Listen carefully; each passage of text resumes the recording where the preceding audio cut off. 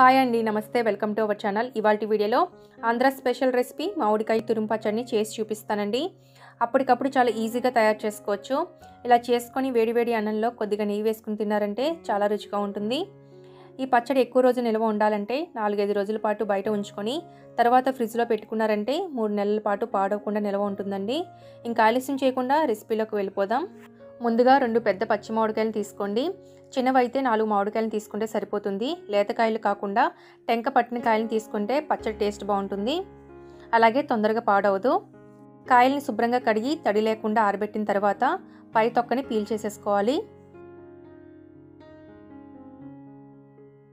ఇలా 2 కాయలను కూడా పీల్ చేసుకున్న తర్వాత తురుముకోవడానికి స్లైసర్ తీసుకోండి. చిన్నది కాకుండా పెద్దది తీసుకుంటే పచ్చడి ముద్దలా కాకుండా ఉంటుంది. ఇలా పెద్ద హోల్స్ ఉన్న స్లైసర్ని తీసుకొని తురుముకోవాలి. చూడండి, ఈ విధంగా 2 కాయలను కూడా తురిమేసుకోండి. ఇప్పుడు కొలుచుకోవడానికి ఒక చిన్న బౌల్ని తీసుకోండి. అన్నీ కూడా ఇదే బౌల్తో కొలతలు తీసుకోవాలి. ఇప్పుడు ఈ బౌల్తో తురుమును కొలుచుకుందామండి. చూడండి, ఈ బౌల్తో కొలిస్తే 4 కప్పులు తురుము వచ్చిందండి. మిగతా ఇంగ్రీడియంట్స్ కూడా ఇదే కప్పుతో కొలుచుకోవాలి. ఇలా కొలుచుకొని దీన్ని పక్కకు పెట్టుకోండి. ఇప్పుడు స్టవ్ మీద ప్యాన్ పెట్టి అందులో 1 టీ స్పూన్ మెంతులు వేసి లో ఫ్లేమ్లో వేగించండి.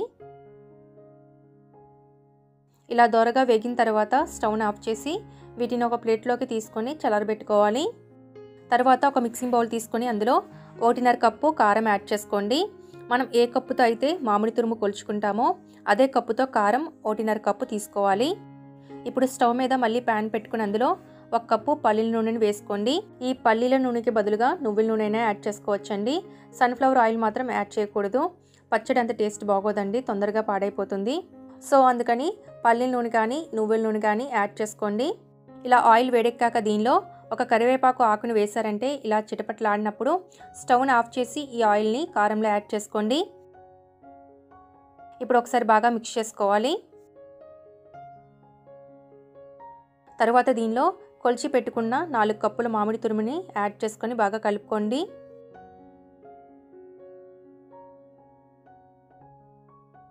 ఇలా బాగా కలిపిన తర్వాత దీనిలో 5 టీ స్పూన్ల ఉప్పుని యాడ్ చేసుకోండి.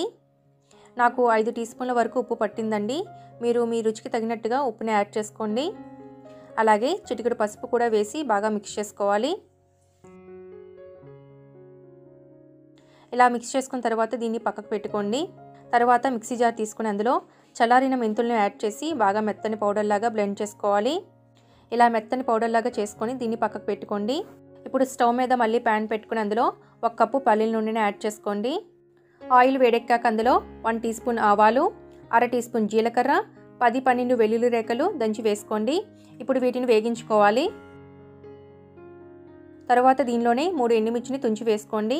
అలాగే కొద్దిగా కరివేపాకు కూడా వేసి దోరగా వేగించాలి. ఈ తాలింపు అంతా చక్కగా వేగిన తర్వాత ఈ తాలింపుని పచ్చడిలో యాడ్ చేసుకోండి. ఇప్పుడు ఒకసారి బాగా మిక్స్ చేసుకోవాలి.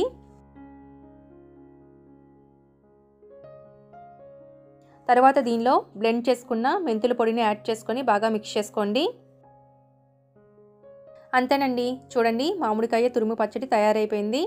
అప్పటికప్పుడు ఇలా మామిడికాయ తురుము పచ్చడిని చేసుకొని వేడివేడి అన్నంలో కొద్దిగా నెయ్యి వేసుకుని తిన్నారంటే చాలా చాలా టేస్టీగా ఉంటుంది. ఈ పచ్చడి పూర్తిగా చల్లారిన తర్వాత ఒక సీసాలో పెట్టుకొని స్టోర్ చేసుకోండి. ఈ పచ్చడి బయట 4-5 రోజుల పాటు ఉంచుకొని తర్వాత ఫ్రిడ్జ్లో స్టోర్ చేసుకొని పెట్టుకున్నారంటే మీకు 3 నెలల పాటు నిల్వ ఉంటుందండి. సో ఫ్రెండ్స్, చూసారు కదా, తప్పకుండా ఇలా ఒకసారి ట్రై చేసి ఎలా వచ్చిందనేది కామెంట్ చేయడం మర్చిపోవద్దండి. అలాగే వీడియో కనుక మీకు నచ్చినట్లయితే లైక్ చేయండి, షేర్ చేయండి. అలాగే మరిన్ని టేస్ట్ అండ్ సింపుల్ రెసిపీస్ కోసం మన ఇల్లు మన ఛానల్ని సబ్స్క్రైబ్ చేసుకోండి. Thanks for watching.